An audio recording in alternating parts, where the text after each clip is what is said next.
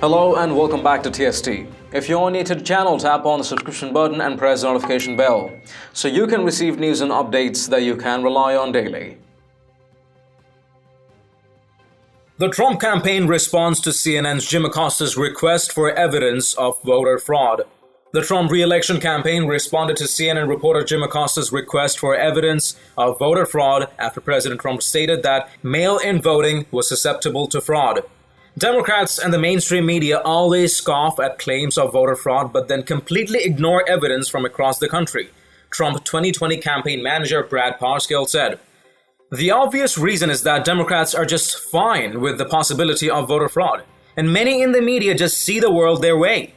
The national news media routinely and condescendingly dismiss any concerns about voter fraud, including state vote-by-mail provisions, a post on the Trump campaign website read.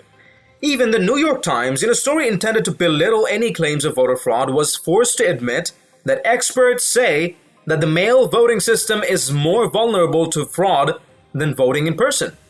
Under the guise of responding to the coronavirus crisis, Democrats have attempted to enshrine into law practices that are ripe for fraudulent voting.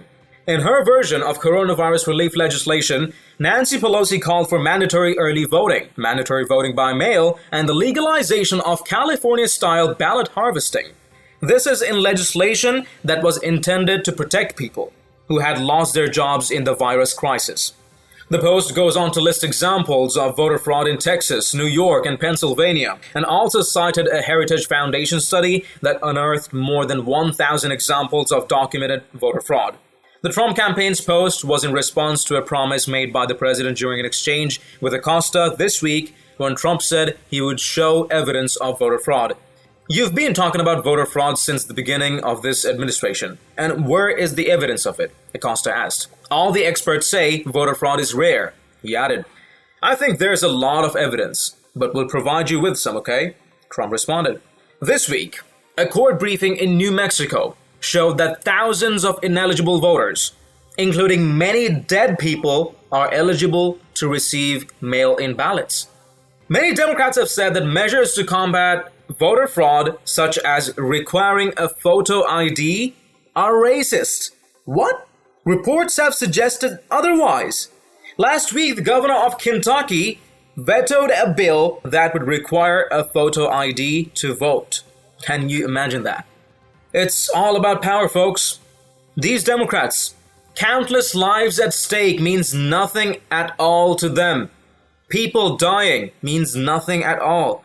Families getting financially crushed due to loss of jobs, closed off businesses, these mean nothing to them.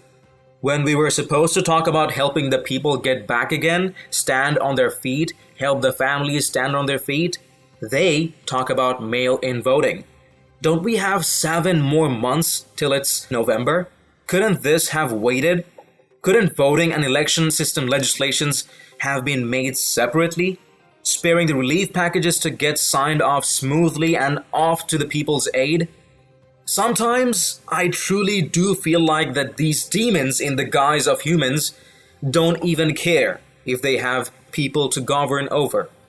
They simply just need the authority regardless of whether they have anyone to use it over or not. Because for them, authority doesn't mean we, us, or ours. To them, it's always I, me, and mine. Well, share your thoughts and responses in the comments down below. If you've liked this report, let us know by tapping the like button down below. Share the news among friends and family, and don't forget to subscribe to our channel. Thank you for watching. Stay tuned for more news and updates on TST. I'm David Ravine, and I'll see you in the next one. Till then, stay home, stay healthy, and stay safe.